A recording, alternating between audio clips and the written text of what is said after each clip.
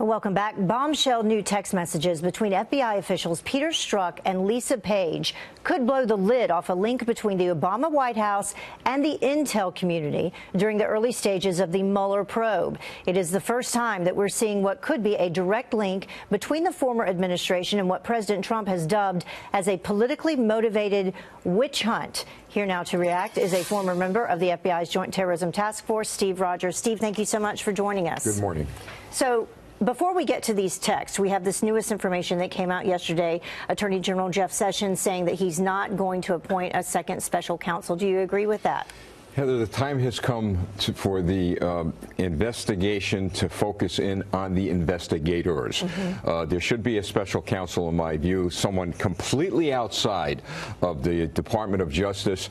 From the time Robert Mueller was appointed, I could tell you that law enforcement practitioners across the country actually believed that that entire investigation was going to be compromised, and it was.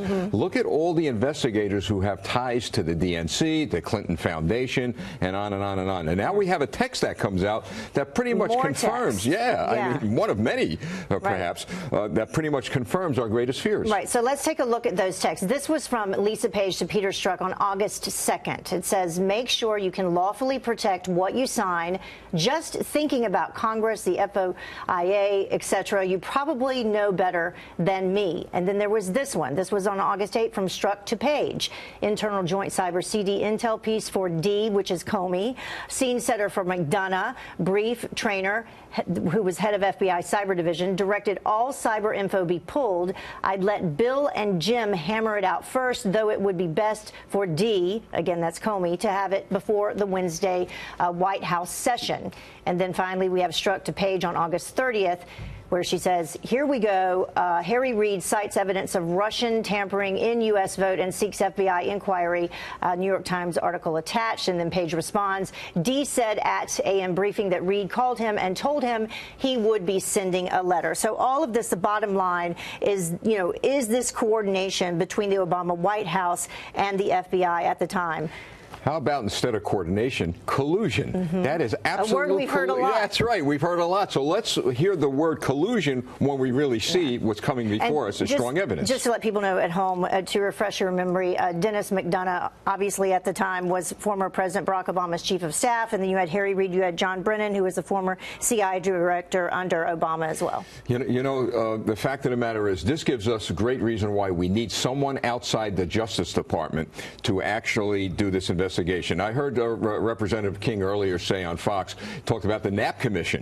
There needs to be a commission like that of judges and former prosecutors not connected to the federal government at this point in time to run a full-scale investigation on the investigators and the investigation that Mueller is now proceeding with. So the movement that Jeff Sessions did make was to have this person, Huber is his last name, and he's been investigating, I think since November. Well, I heard the guy's a pretty good guy. He's a good individual when it comes to these investigations. Appointed by Obama, reappointed by President Trump. Exactly. We go right back to the beginning where we have a former Obama appointee, someone connected to the Department of Justice.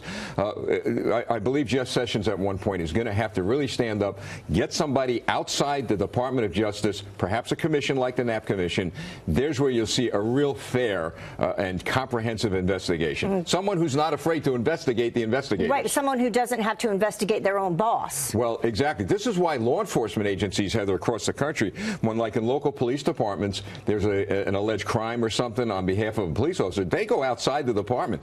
The cops should not be investigating the cops. There'll always be a problem regarding a possible compromise of that investigation. All right. We'll see what happens next. Steve Rogers joining us live this morning. Thank you.